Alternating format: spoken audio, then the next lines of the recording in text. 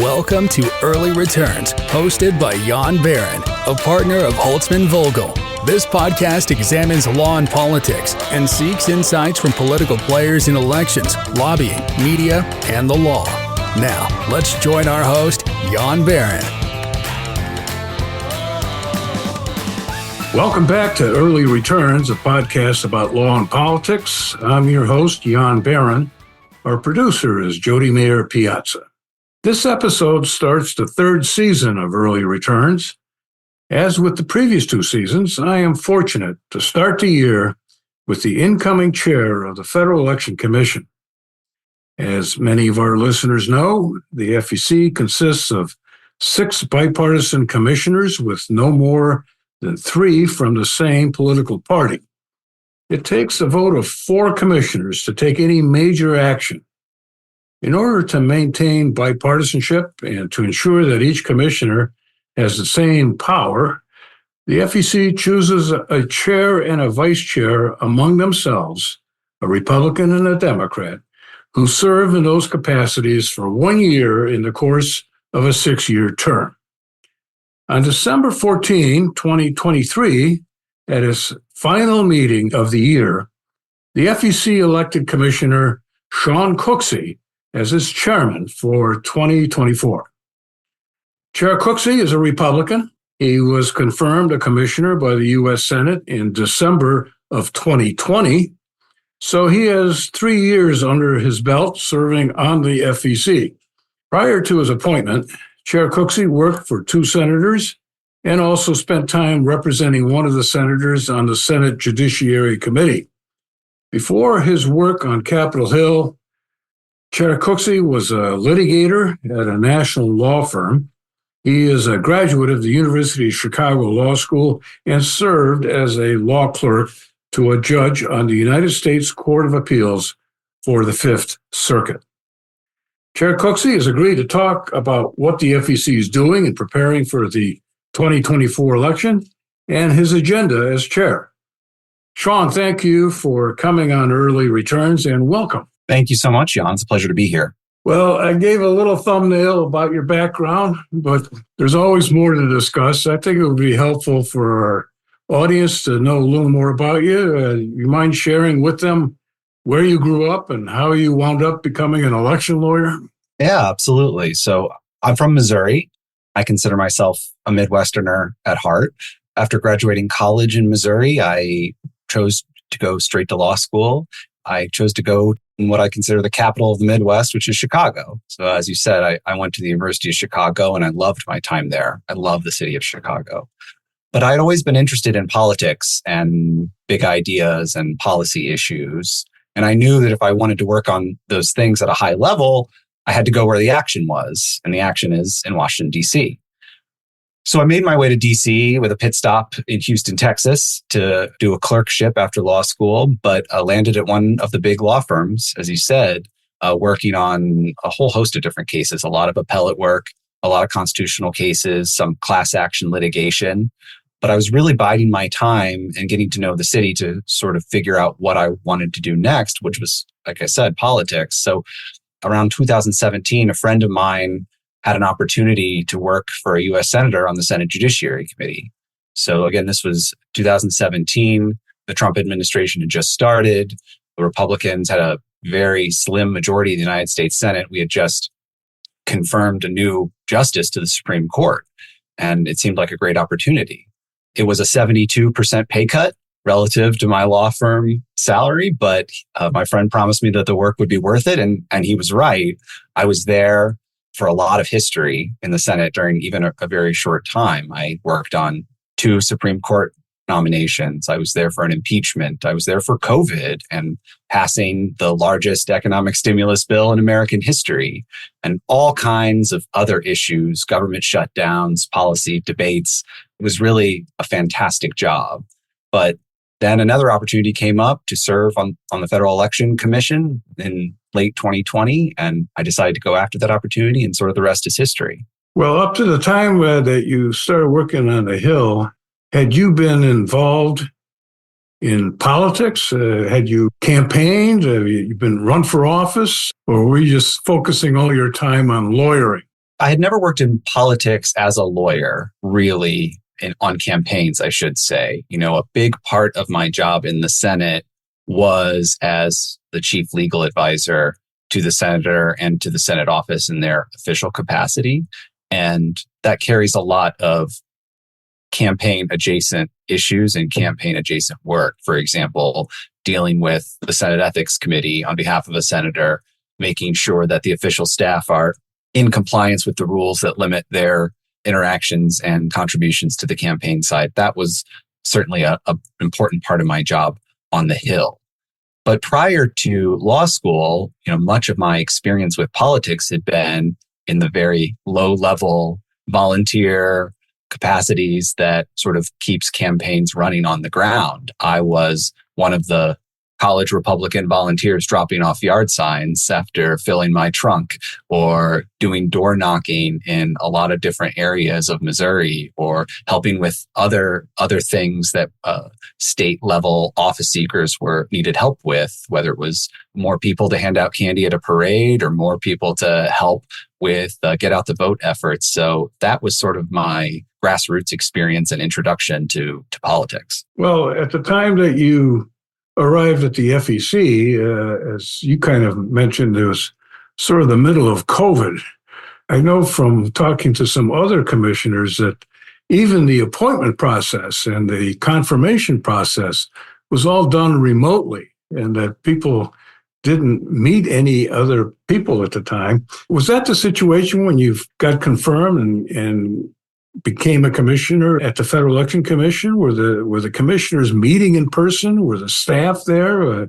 Or were you all getting introduced through Zoom? No, you're exactly right that it was in the middle of COVID, and it was a very strange time to be doing our nomination hearing was remote. I was sworn into the commission, not by a judge or any official, but over Zoom by someone in our HR department for over a year. After the time that I was sworn into the commission, the meetings among the commissioners, meetings with staff, and practically everything else was done virtually or over the phone.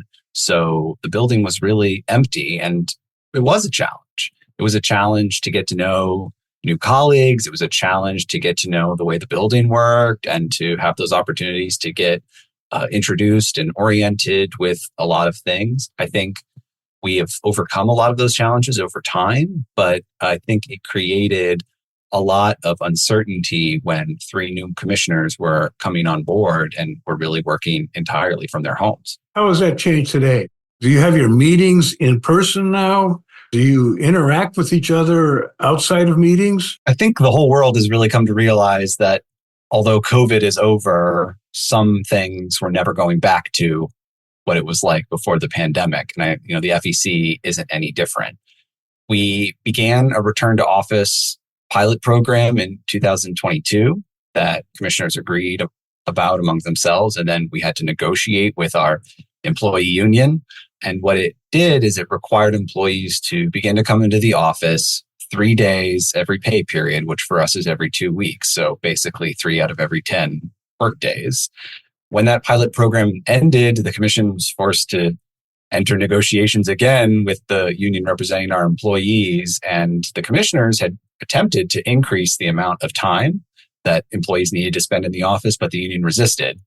Unfortunately, from my view, what ultimately ended up happening was we had to go into a forced arbitration through a little-known government agency called the Federal Service Impasses Panel, which arbitrates disputes between agencies and their unions. And what that decision ultimately led to was basically freezing the status quo. So for right now, the FEC, for most employees, is maintaining this sort of hybrid work arrangement with 3 days minimum in the office every 2 weeks, which is, again, not as much as the commissioners had hoped for. If I understood you correctly, you're basically telling our listeners that government workers at the Federal Election Commission aren't there 70% of the time. Is that right? Well, they aren't required to be. Many may choose to come in more, but that is the minimum requirement for those who are part of the union. We have different requirements for management that requires more time in the office. But for those who are members of the union, that is the standard for the collective bargaining agreement that was imposed on the agency. And the offices of the Federal Election Commission, I gather, did you get any reduction in rent for your offices with 70% non-attendance by employees?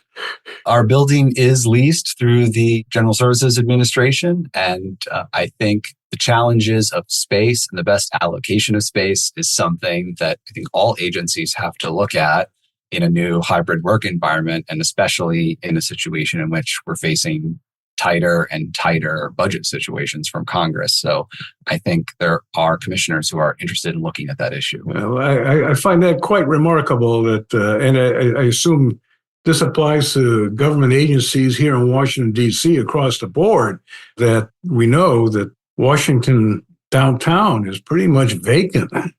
And now I understand the reason is that the government employee unions don't require employees to show up at the office, and they negotiate deals like they did with the Federal Election Commission. So that's going to change the entire atmosphere of the city long term. We thought it was just COVID and people didn't want to come back because of risks, but they don't have to come back because they're not required to be in the office anymore. For once, sympathetic to the mayor of DC and all the businesses who are basically trying to bring the city back alive in a crime-free atmosphere, and non-attendance by government employees is not helping them in that job. Well, you're back at the commission, at least you commissioners are. How about the public? Does the public attend commission meetings? Do they show up very much at your offices? They're not required to at all, but I'm just kind of curious as to how much interaction is there with the public and your agency at the office? Sure. So I should say, commissioners, they take advantage of some of the hybrid work too. So we're not completely immune to the benefits of hybrid work arrangements and appearing virtually. And I think there's, an important place for everyone in order to be more efficient and get more work done. I mean, with respect to our open meetings, they are open to the public. They've been open for almost 2 years now, with the ability for members of press or individuals who are just interested in what we're doing to come watch us do our business in an open meeting. But frankly, very few do. Sometimes we'll get a member of the press who might be interested in a specific item we're considering, or we get the occasional group of summer associates or interns who might be curious about what we're doing at the FEC and might make a field trip of it. But generally speaking, they are pretty sparsely attended. We are able to do both our open and our closed meetings virtually. So commissioners or staff can appear on screens and present and interact with the commissioners. And that's been helpful. But I really do wish that more people would come and see us in action live. I think there are some things that can't really be picked up on from the live stream that we post of the meetings or the video clips that we put on YouTube. Now, all of your public meetings are available via streaming. So the handicap for the public and the press is that if you're just watching you do your work, there's no opportunity to actually ask questions or interact with the government officials themselves. So personal attendance would certainly help if people are interested in asking you questions, although they would have to wait for breaks in the meeting to do that. And you might be running away from everybody back to your office, but that's the way to sort of nail down an opportunity to personally interact with commissioners or staff. Well, I mentioned in my introduction, every time we talk about the Federal Election Commission, it's kind of an odd duck. I mean, it's 6 members, 6 commissioners, has to be bipartisan, no more than 3 from any political party, and has to have 4 votes in order to accomplish anything. When you were appointed and wound up confirmed and getting on the commission, you knew that, and you probably had some expectations of what your job would be, even though you were not a campaign finance lawyer. You didn't have any experience, for example, representing clients at the Federal Election Commission, which some commissioners did have before they got appointed. What were your expectations when you arrived? And now, after 3 years, Uh, what was erroneous about any of the expectations that you had? It's an interesting question because in a lot of ways, I didn't know what to expect. I mean, the job is certainly very challenging, and there's a lot of in-depth legal analysis and debate and decision-making. And, I think I knew that was going to be part of the job going in. I was familiar with a lot of the way government agencies operate, having come from a different part of the government. One of the things that I wasn't necessarily expecting when I came to the agency and began really working to administer campaign finance laws is really the extent of novelty that still remains in campaign finance law and the number of unexplored issues in what is a relatively small area of law. If you look at the Federal Election Campaign Act of 1971, it's not a very big statute. And yet there are many, many issues on which courts, on which the agency hasn't really opined or explained very much what these terms mean or how they really apply in the real world. And so I've been surprised in 3 years coming across a lot of different problems or a lot of different applications of the law that no one has seemed to have ever explored before. And I think that has been a very surprising aspect of it. It's made the job, I think, very fulfilling and really kept my interest in this area of law in a way that it might not if you were applying the same large body of precedent over and over and over again. So in that way, I think it's really exceeded a lot of my expectations. Can you give us an example of one of those issues that confronted you in the commission? Well, I don't think I'm revealing any secrets. I've written about this in the commission in the past, and it's something that's a big area of interest of mine. There is a whole body of commission precedent and a regulation tied around this issue of republication. And for those who aren't really familiar with it, there are regulations that prohibit outside parties, outside political committees from taking campaign materials from a candidate and repurposing those materials for their own communications.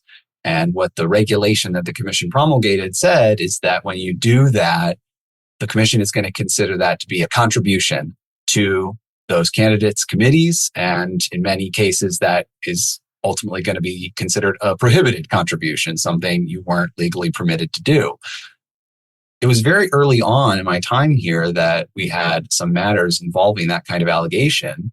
And I really started to dig into that regulation, its history, and the underlying statutes that I came to the realization, oh my gosh, I don't think this regulation is a legal interpretation of the statute. The regulation is changing the terms of the statute in a way that I don't think can withstand any kind of legal challenge. And this is a big problem. And so it has been something that I've been proselytizing about, something I've been pushing different commissioners on, and that I've been writing about, which is that, in my view, this regulation that the commission's had for 2 decades is just very plainly illegal. If you actually look at the underlying statute, and it just seems like no one has ever really pointed this out before. Does the statute use the term pre-publication or republication? So what the statute says is the republication of campaign materials will be considered an expenditure. And then what the commission did is it took that exact same language verbatim, put it into a regulation, but then changed the word expenditure to contribution. Those are 2 very different terms, 2 very different legal meanings, and have very different legal implications when you engage in republication. And so I, from my standpoint, don't see how it could be a legally permissible interpretation of that statute to simply repeat it, but change one of the legal terms that's being used. Well, it sounds like you have a good point there. And my question is, have the commission addressed this issue and changed the regulation, or is this a live continuing issue? This is a live continuing issue. There have been many commissioners who have written about this, including myself, including Commissioner Dickerson, who's also serving on the commission. Other past commissioners have made references to this problem, but I think it's something that commissioners really need to take another look at in terms of whether this is a regulation that is correct. And even if you think it might be correct, I think there's a significant argument to be made that it's subject to such high litigation risk that it may be worth revisiting it preemptively before someone decides to sue about it. Well, as I've noted, as you've confirmed, for the commissioners to change something, it requires 4 votes. Otherwise, you can't issue an advisory opinion. You can't proceed in an investigation. You can't issue a regulation or a change of regulation. Some people think that that structure is improper. It's not workable. There are proposals in Congress to change the commission and make it an odd number commission so that there would be none of this 3-3 difference of opinion among the commissioners. There would be an odd number of votes, so therefore there would be a clear potential majority. Of course, there are a lot of disputes over how do you decide which commissioners get selected and how do you avoid partisanship. But now that you've been at the commission for 3 years, you've dealt with this type of structure. Do you have any observation about whether this is something that should be sustained going forward, or should the structure of the commission be changed? This is a really important question, I think. It's one, as you said, that policymakers are debating today as different individual lawmakers, different ideological groups advocate for changing the agency's basic structure. It's also especially interesting to me because I always consider institutions and bodies through a sort of public choice lens of analyzing their decision-making structure, how they operate, and how that affects different outcomes. There are trade-offs, obviously, every time you design a body, an institution, to make it easier or harder for that institution to take some kind of action. Obviously, Congress could pass a lot more laws if we didn't have a Senate or if we didn't have a Supreme Court. If it was only the House of Representatives, they would get a lot more done. President could get a lot more done if he set his own appropriations levels. So, those are outcomes that you could create based on changing the structure of those institutions. But then, with respect to the FEC, the question becomes, what are you avoiding with that structure by having an even division between the two parties that requires, for any major action, some kind of a bipartisan vote? You'll get no argument from me that if the FEC were not evenly divided, it would do more. If instead of a commission structure, all campaign finance civil enforcement were run by one person, a Senate-confirmed director of campaign finance, that would allow that person and the agency to move faster, to move more decisively, and they would probably do more things. But the problem with that, I think, is the major risk of the agency being used for partisan ends. It can be used to target political opponents, to suppress political speech in a way that isn't based on principle, but that is done to advantage one political party. And almost certainly that would be whatever political party is in power and is appointing that official who's enforcing campaign finance. So I think that's a very real risk. I think that a partisan structure for the FEC, or even one that is designed with a sort of pseudo-independent tie-breaking structure, as some people have proposed, would easily fall into a kind of abuse. I think the opportunity to influence campaign finance enforcement is something, frankly, no political party would be able to resist trying to do. So that structural protection is one of the most important features of the agency. And I think we still get plenty done. We still get a lot done as a bipartisan 6-member commission. But that safeguard of requiring bipartisan buy-in for any major action is probably the most important thing Congress did when it created the FEC. And it's something they were specifically thinking about when they made the FEC. That may be important also in the context of your earlier comment that there are still issues that commissioners are confronting in the statute itself, which is now 50 years old, that don't seem to be answered or may be subject to ambiguity or may not necessarily lend themselves to easy interpretation, let alone enforcement. And of course, what you and your colleagues are doing at the commission is important in the sense that there are elements of the statute that have been confirmed as being important for public confidence in the electoral process, particularly disclosure and transparency. But there are other aspects here that necessarily implicate constitutional rights. And the history of the Federal Election Commission is one of many, many court decisions, including Supreme Court decisions, where an interpretation, which may have been enacted by 4 commissioners, if not 6 commissioners, turns out to be unconstitutional. And therefore, having results and having the votes to enact some sort of agency ruling or enforcement matter is not necessarily going to answer all the problems in actually regulating campaigns and campaign finance. With your transition now as chairman, one of the things, really one of the only powers that you have as a chairman is you get to presumably set the agenda. The commission meets, they have to have an agenda. Who sets the agenda? My understanding is it's the chair. So how is that going to work, number one? How does it work in general in terms of the collegiality of the agency when the chairman is setting the agency? You got to, of course, have certain things there that are routine. You got to approve the minutes of your last meeting and things of that sort. But how do you decide what else to put on the agenda? And to the extent that you, as chair, get to decide, what kind of things would you put on the agenda substantively? You're right that the chairman's maybe biggest power is agenda setting and trying to set priorities for the commission to consider during the year.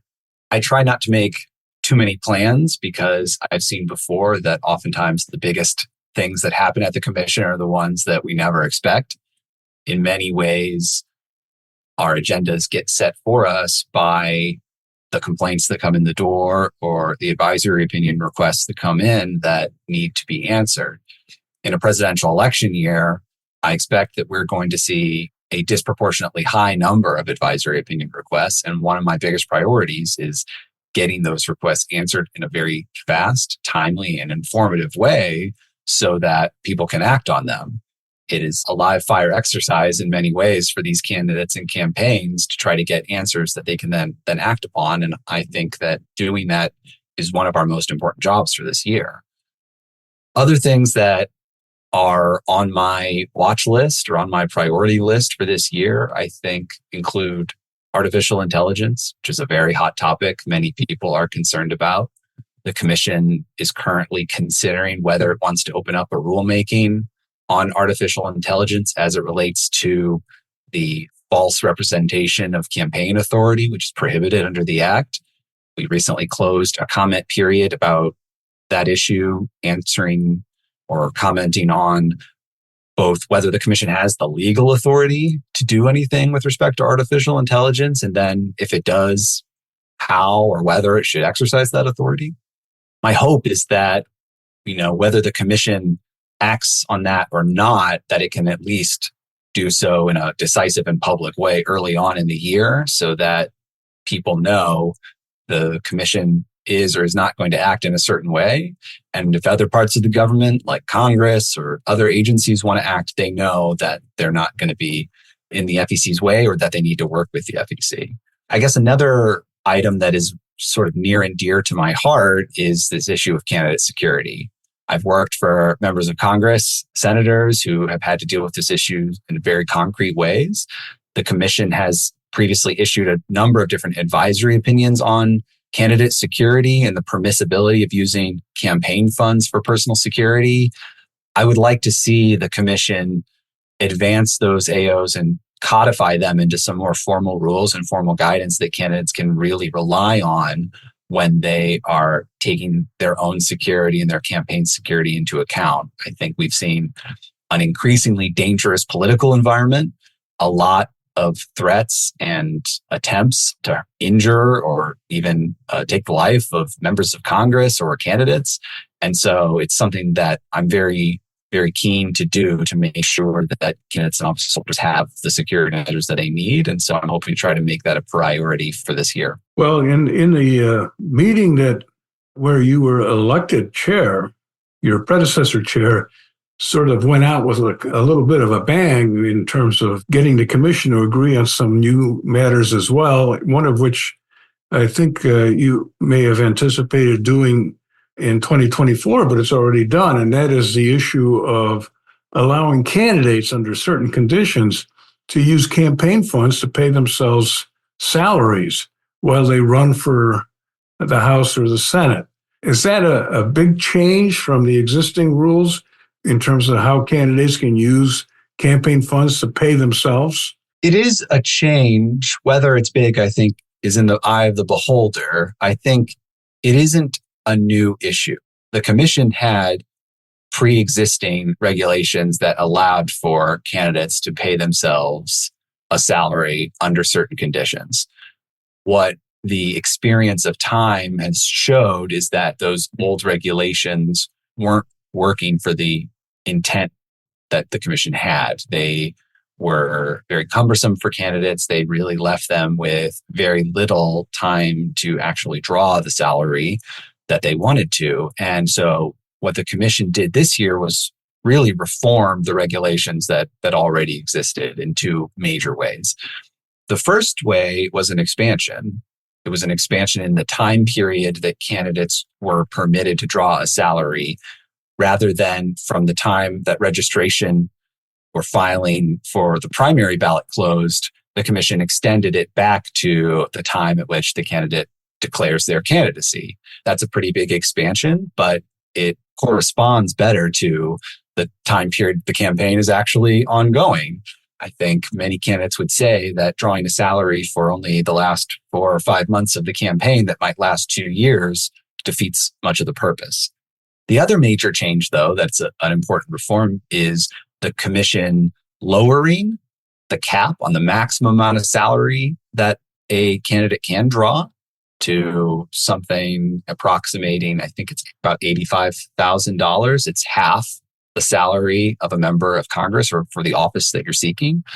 And the candidate also reformed some of the formulas to calculate that, because in addition to that maximum cap, it also has to be tied to the past earnings of that candidate. They can't be earning or drawing a salary that's greater than their average for the past years before they were a candidate. So those two changes serve, I think, again, important anti-corruption and reform aspects to make sure that the candidate salaries aren't abused or misused in a way.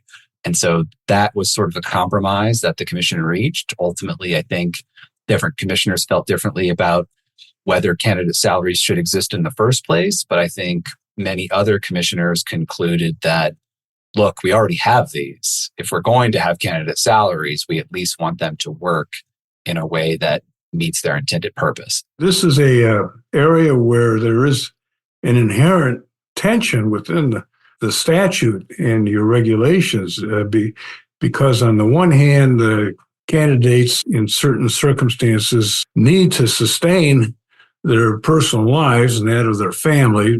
They have to give up their income from jobs where they're no longer actually rendering services in exchange for bona fide compensation. And at the same time, you have a separate law in your statute which says you may not use campaign funds to pay your personal expenses. So these candidates need resources to do just that, to keep the food on the table, to pay their rent and housing and so forth. And they do it through compensation and salaries usually. So this is an interesting example of how the commission is trying to solve a problem that the law itself is creating without, I would say, any clear guidance from the statute itself. The statute doesn't say anything about using campaign funds to pay a salary, although it does say that the candidate couldn't hire a relative to earn money from the campaign unless they were actually performing services. And here you're basically allowing candidates to equate their services with campaigning. So yeah, I'm gonna be a candidate, and I should be paid for that under these basic principles. It's probably something that the commission will ultimately have to ask Congress to resolve in a more definitive way, and perhaps expand further the ability of candidates to actually earn a living while they're running for office, which I don't think Congress is going to be anxious to do, but that is something they ought to consider and might be worth tucking away into a legislative recommendation as well. What do you think is the greatest uncertainty facing the FEC at the start of this important election year?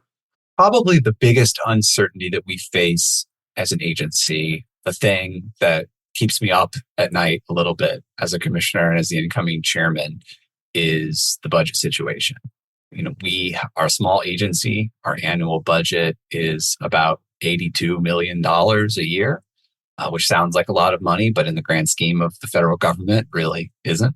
And about 70% of that budget is personnel. It's salary, benefits for the approximately 300 people who to dedicate their careers working at the agency.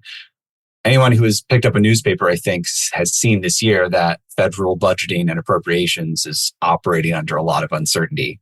There's a big range of appropriations that lawmakers are considering for the entire government, but really the range that they're debating is something between flat funding relative to the previous years or cuts in agency budgets.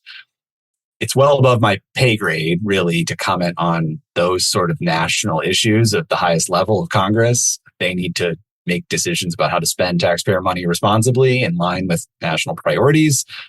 But from the standpoint of my job, at least, trying to help run this agency, and it's just a plain fact that very tight budget situations hurt the agency's operations. There would be a lot of belt tightening that would have to go on. There would be a lot of projects that would get pushed off, especially in IT space, in terms of the sort of IT services that the commission offers to the public. And it would really hamper our ability to do our jobs if the agency faces a major budget cut. Of course, we would get the job done. The commission isn't really a stranger to tight budget situations, and we always get our work done, but it's harder. There's a lot of hard decisions that leadership have to make in tight times, as opposed to times where the budgets are a little looser. So I would say that is probably the biggest uncertainty for 2024 at the FEC. Is Congress debating specifically the Federal Election Commission's budget, or are you basically tagging along with some bigger departments and resources, and this is going to be out of your control? The answer is a little bit of both. So our budget is part of one of the larger appropriations packages. It's called the Financial Services and General Government. It includes the Treasury, it includes the SEC, it includes all host of agencies. But, there is draft legislation on the appropriations, in both chambers of Congress. And that is sort of where we get a sense of what the range is of what's reasonable. And I can tell you that on the Senate side, the draft bill for the agency is flat funding. On the House side, the cut, I think, is something like 7% in nominal terms relative to last year's budget. And of course, you have to then account for inflation.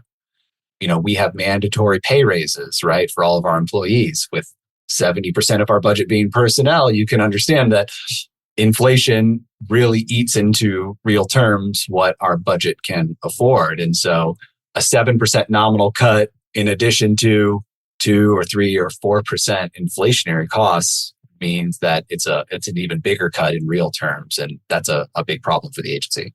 Well, it sounds like you can't do anything about staff, either in terms of giving them raises or making them show up at the office more often. So if that's how you're handcuffed, then you're going to have to cut other areas of the agency in terms of expenses other than salaries. Well, that's really all very alarming. I don't know how that's all going to get resolved, and whether do you have any great defenders in Congress safeguarding your budget? Or are you just trying to keep your head down, not be part of a turkey shoot? Well, part of the problem of being a small line item in the overall trillions of dollars of spending is that it is hard to get certainly members of Congress or staffers who cover our agency to pay attention. We do our best. I can tell you that commissioners on both sides of the aisle have made the case to members of Congress that our budget and our agency is worth investing in. But again, I think given the stakes for the entire government, given the stakes for everyone else, I think the chances we have of having an outside influence are small because, again, every agency is special in their own lines, and every agency deserves an outsized increased budget. And those are very, very tough decisions that appropriators have to make. I don't envy them. And I trust that they're going to do what's in the best interest of the country. Well, the budget is important, and it could be a big change for your agency. I mean, outside of money, I think the most significant changes to campaign finance law tends to occur through legislation or litigation. Looking ahead for the short term here, do you see any big changes next year or this year, 2024, in Congress or in the courts? I mean, any big issues we ought to keep an eye on that are outside of your control? Because it's not going to get decided at the Federal Election Commission. It could be decided elsewhere. There are a couple of court cases that I have been watching very closely.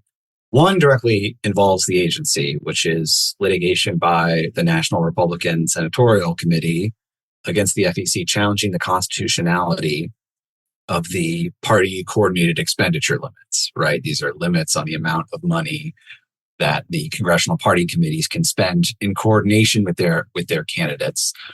That case is in Ohio right now. I think there's a very good probability that case is going to make it up through the U.S. Court of Appeals for the Sixth Circuit. And that maybe if the Sixth Circuit concludes that statute is unconstitutional, we may be going to the Supreme Court.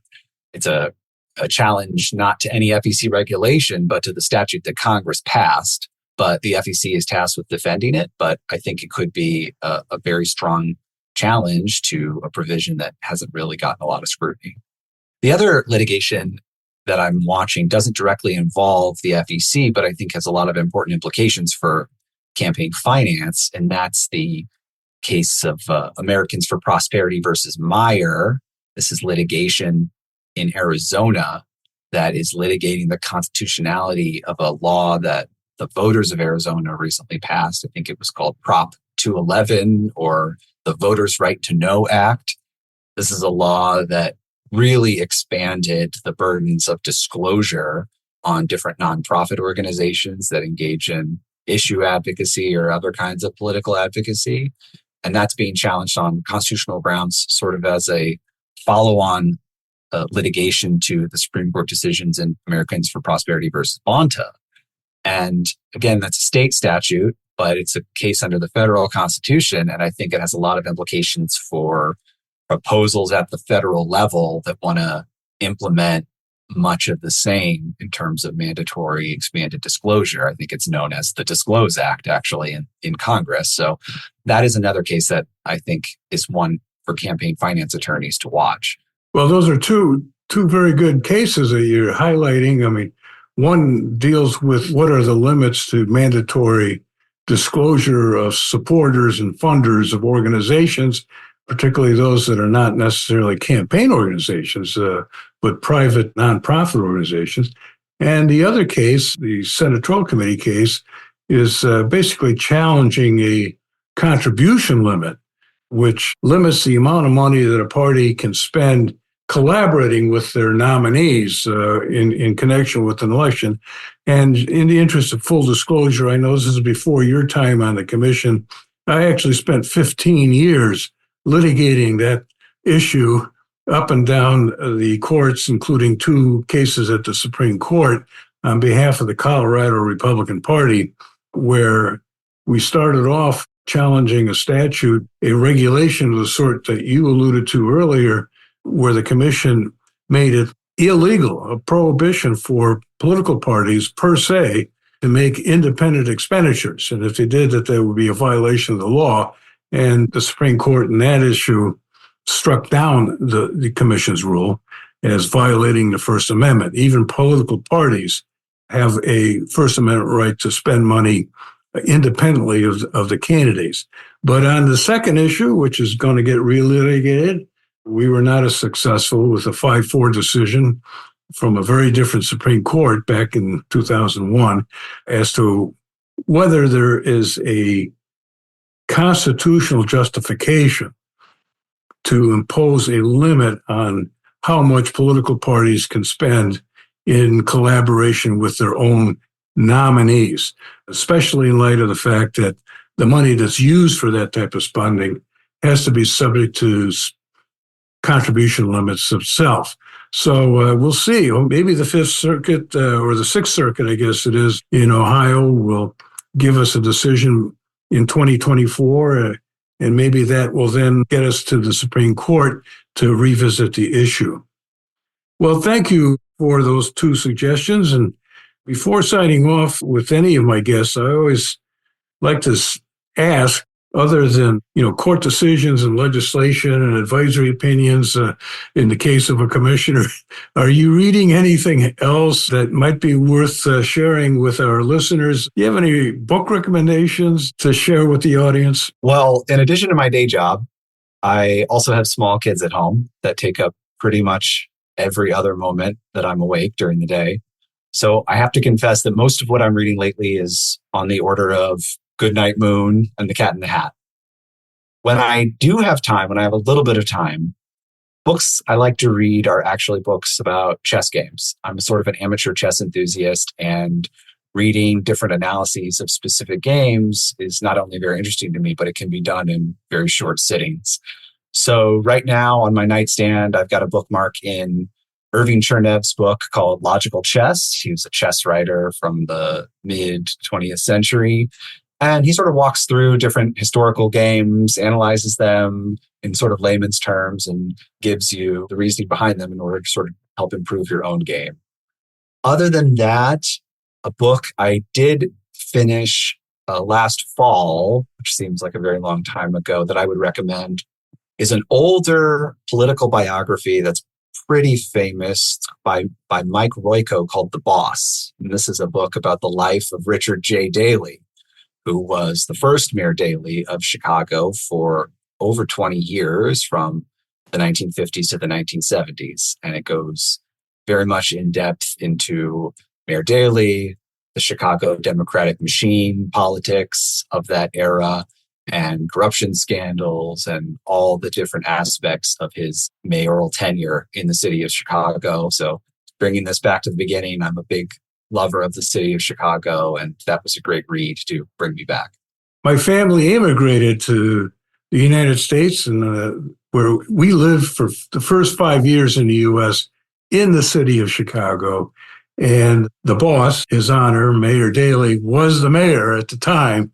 And I have stories about what it was like being an immigrant in Chicago and how to get things accomplished, including how my father got his driver's license without being able to speak any English, which I will share on some other occasion and probably in private. But thank you, Sean Cooksey, for your reading suggestions and for your insights on law and politics. Thanks also to our producer, Jody Mayer-Piazza, and to the Holtzman Vogel Law Firm for its support of this program. Any opinions expressed on the program are those of the host, that's me, and our guests, and do not necessarily reflect the views of our sponsors or their clients. All of our episodes are available on Buzzsprout, Spotify, Apple, and Google Podcasts, and other streaming platforms. I hope you will join us again on the next episode of Early Returns. Have a good day. Thanks for joining Early Returns, Law and Politics with Jan Barron. We hope you will join us for future episodes, which will continue to bring you voices and insights from the people engaged in our political landscape.